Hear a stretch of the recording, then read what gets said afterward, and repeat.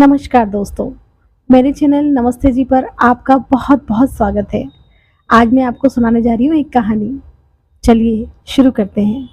सुधा जी की आदत थी, सुबह उठने के बाद गर्म पानी पीना होता था उन्हें।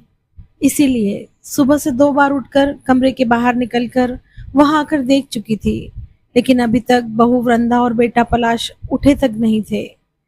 जब तक उन लोगों में से कोई एक उठेगा नहीं, तब तक उन्हें गर्म पानी मिलेगा नहीं। बात ये नहीं थी कि सुधा जी गर्म पानी खुद से नहीं कर सकती थी। असल बात यह थी कि बहू वृंदा रात में रसोई का काम खत्म कर न जाने क्यों रसोई का ताला लगा देती थी।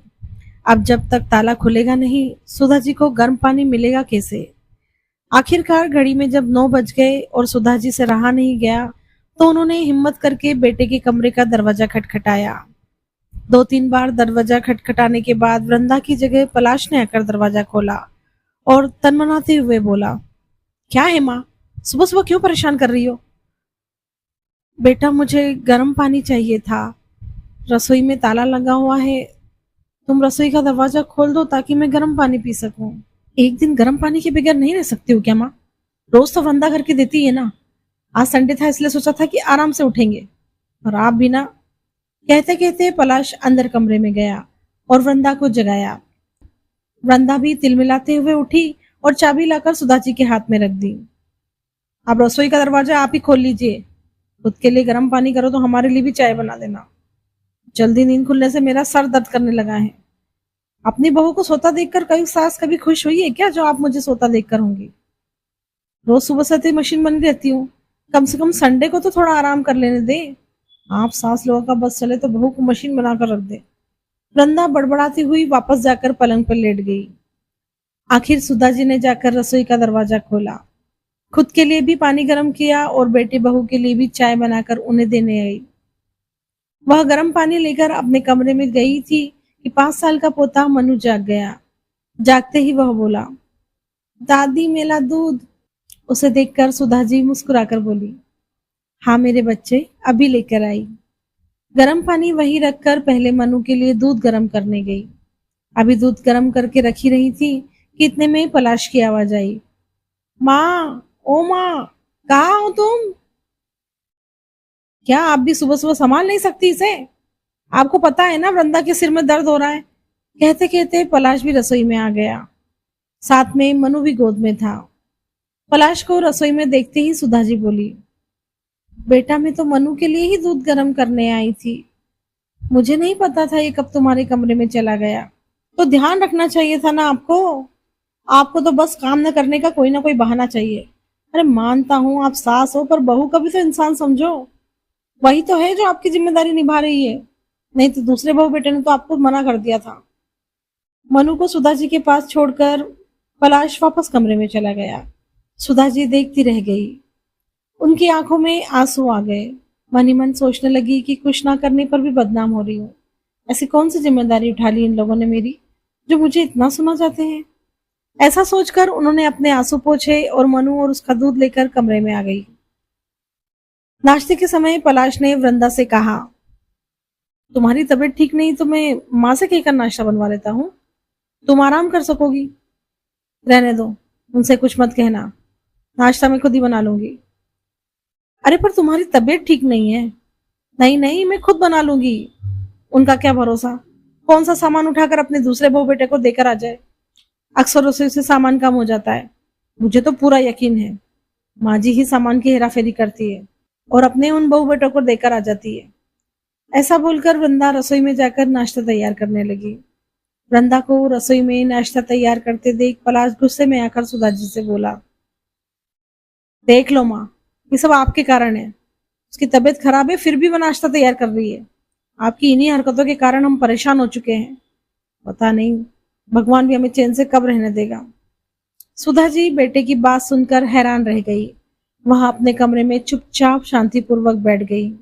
उनकी आंखों से झरझर आंसू बह जा रहे थे। मन ही मन सोच रही थी कि कैसे दिन के लिए बेटों को जन्म दिया था। जब शादी के 7 साल बाद मंदिर मंदिर माथा टेकने के बाद उन्हें तो जुड़वा बेटे हुए, तो कितने खुश थे घर में सब लोग। यार दोस्त रिश्तेदार सभी लोगों ने कितनी बधाइयां दी थी। सासू माँ तो बलैया लिए जा रही थी। अरे दो दो बेटों की माँ बनी है, बुढ़ापे में राज करेगी राज। कुछ साल बाद जब पति का देहांत हो गया तब सुधा जी ने हिम्मत करके अपने दोनों बेटे पलाश और सुहास को संभाला।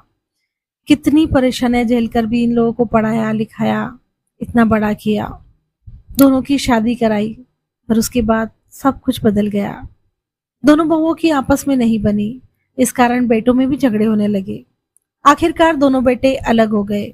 सुधा जी के पति ने 2 मंजिला मकान बनवाया था।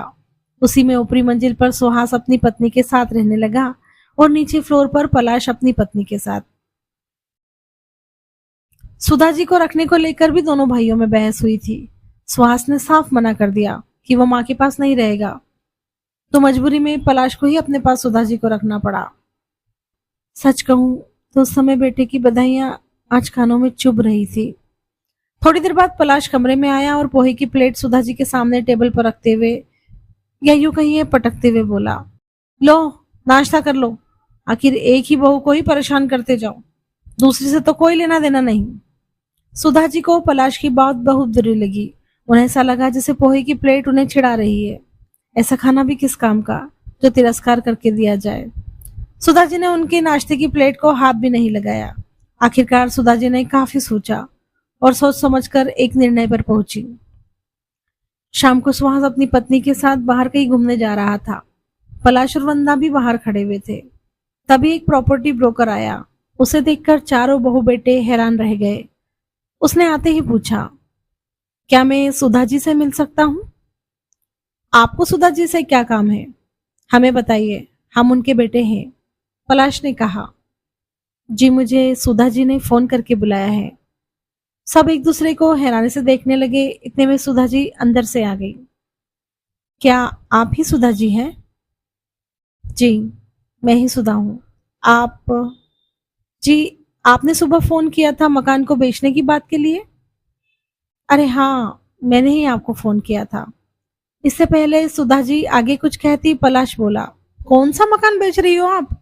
हमसे पूछे बगैर आप ये निर्णय कैसे ले सकती हो? माँ मकान बेच दोगी तो हम कहाँ जाएंगे? सुहास ने भी कहा। क्या तुम लोगों ने कभी मेरे बारे में सोचा था कि मैं कहाँ रहूंगी, कैसे रहूंगी? सुनाने में तुम लोग तो मुझे कोई कसर नहीं छोड़ते हो। मकान तो मेरे पति का बनाया हुआ है, मेरे नाम पर है। फिर किस हक से मकान में हिस्सा मांग रहे हो? पर माँ जी समस्या क्या है? आप मकान को बेच दोगे तो फिर आप उन पैसों को क्या करोगी?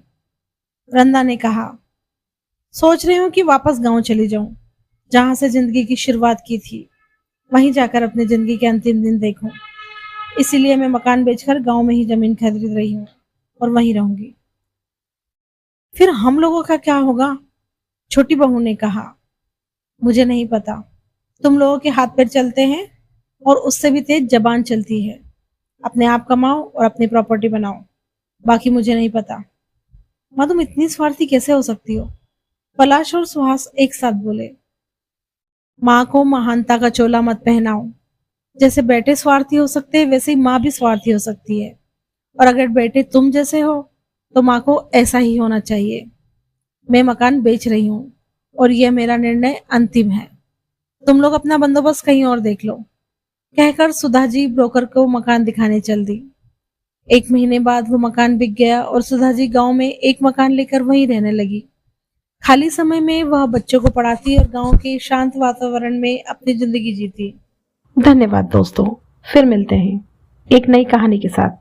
अगर आपको मेरी कहानी पसंद आई हो तो लाइक, शेयर और मेरे चैनल नमस्ते जी को सब्सक्राइब जरूर करें और साथ ही बेल आइकन जरूर दबाएं ताकि मेरी कहानियां आप तक पहुंचती रहें। धन्यवाद।